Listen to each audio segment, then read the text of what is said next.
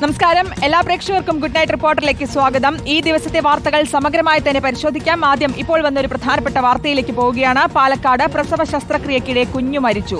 ഒലവക്കോട് സ്വദേശികളായ തൻസീർ, ഷാബാനത്ത് ദമ്പതികളുടെ കുഞ്ഞാണ് മരിച്ചത്. കൃത്യമായ ചികിത്സ നൽകിയില്ലെന്നാണ് പരാതി. പ്രതിഷേധവുമായി കുടുംബങ്ങൾ രംഗത്തെത്തി. വിവരങ്ങളുമായി ഇക്ബാൽ അറക്കൽ ചേരുന്നു. ഇക്ബാൽ, എപ്പോഴായിരുന്നു ഈ സംഭവം ഉണ്ടായത്? എന്താണ് ഇപ്പോൾ നിലവിൽ ലഭിക്കുന്ന വിവരങ്ങൾ?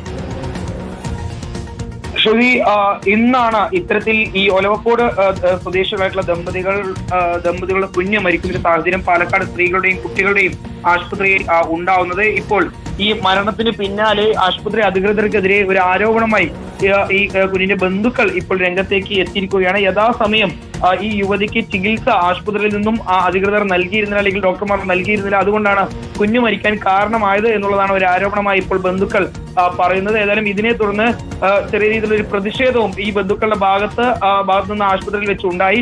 ഈ വിവരം അറിഞ്ഞ് പോലീസ് ഉൾപ്പെടെ ഈ സംഭവ സ്ഥലത്തേക്ക് എത്തുകയും ചെയ്തിട്ടുണ്ട്. ഏതായാലും ഇപ്പോൾ പോലീസും ഈ ബന്ധുക്കളും അതുപോലെ തന്നെ ആശുപത്രി അധികൃതരും തമ്മിൽ ഇപ്പോൾ ഈ ആശുപത്രിയിൽ വെച്ച് ഒരു യോഗം അല്ലെങ്കിൽ ചർച്ച നടക്കുന്നുണ്ട്. എന്താണ് യഥാർത്ഥത്തിൽ സംഭവിച്ചതെന്നുൾപ്പെടെയുള്ള കാര്യങ്ങളാണ് ഈ യോഗത്തിലും ചർച്ചയിലും ഇപ്പോൾ വിശദീകരിക്കുന്ന ആശുപത്രി അധികൃതർ എന്നുള്ളതാണ് മനസ്സിലാക്കാൻ വേണ്ടി സാധിച്ചിട്ടുള്ളത്. ഏതായാലും ഒലവക്കോട് സ്വദേശികളായിട്ടുള്ള ദമ്പതികളുടെ കുഞ്ഞാണ് ഇന്ന് ഇത്തരത്തിൽ പ്രസവ ശസ്ത്രക്രിയക്കിടെ മരിക്കുന്ന ഒരു സാഹചര്യം ഉണ്ടായിട്ടുള്ളത്. ആ മരണത്തിന് പിന്നാലെയാണ് ഇപ്പോൾ ഈ യുവതിയുടെ ബന്ധുക്കളും അതുപോലെ തന്നെ ഈ ദമ്പതികളുടെ ബന്ധുക്കൾ ഇപ്പോൾ പരാതിയുമായി രംഗത്തേക്ക് എത്തിയിട്ടുള്ളത്. ഈ യോഗത്തിന് ശേഷം മാത്രമേ കൂടുതൽ കാര്യങ്ങൾ വ്യക്തമാക്കാൻ കഴിയുകയുള്ളൂ എന്നുള്ളതാണ് പോലീസും അറിയിച്ചിട്ടുള്ളത്.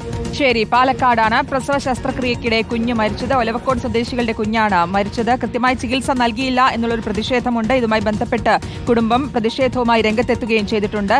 ഇക്ബാൽ അറക്കലാണ് വിവരങ്ങൾ നൽകിയത്.